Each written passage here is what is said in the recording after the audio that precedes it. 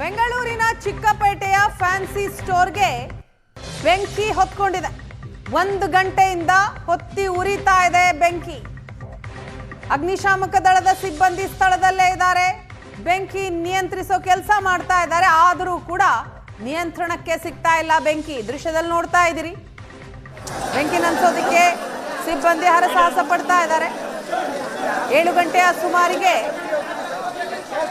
Short circuit ನಿಂದಾಗಿ ಈ ಅಗ್ನಿ ಅವಘಡ ಆಗಿದೆ ಅಂತ ಅಲ್ಲಿನ ಸ್ಥಳೀಯರು ಹೇಳ್ತಾ ಇದ್ದಾರೆ.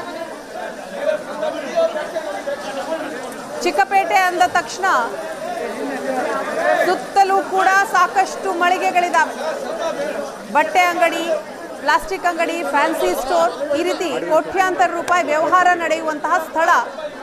3-4 ಅಂಗಡಿಗೆ ಬೆಂಕಿ ಹೊತ್ಕೊಂಡಿದೆ. ಹಾರ್ಡ್ವೇರ್ ಶಾಪಿಂದ ಇದು ಶಾರ್ಟ್ ಸರ್ಕ್ಯೂಟ್ ಆಗಿದೆ.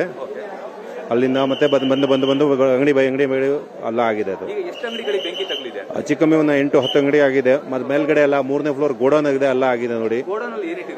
ಅಲ್ಲ ಇದು ಐಟಮ್ ಹಾರ್ಡ್ವೇರ್, ಫ್ಯಾನ್ಸಿಯೋ ಅಲ್ಲ ಐಟಮ್ ಗೋಡೌನ್ ಸಾಮಾನು ಇಟ್ಟಿದ್ದು. ಅದು ಬಂದಿರೋದು ಲೇಟ್, 9 ಗಂಟೆ ನಂತರ.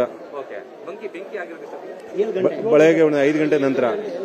7 ಗಂಟೆ ಎಲ್ಲ ಗೊತ್ತಾಗಿದೆ, ಬಟ್ ಆಕ್ಚುಲಿ ಆಗಿರೋದು 5 ಗಂಟೆಯಿಂದ ಚಾಲು ಆಗಿದೆ.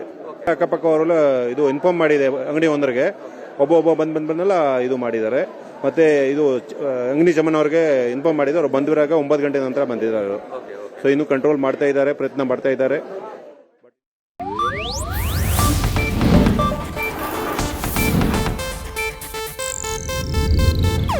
ಇದು ಏಷ್ಯಾನೆಟ್ ನ್ಯೂಸ್ ನೆಟ್ವರ್ಕ್ ಪ್ರಸ್ತುತಿ.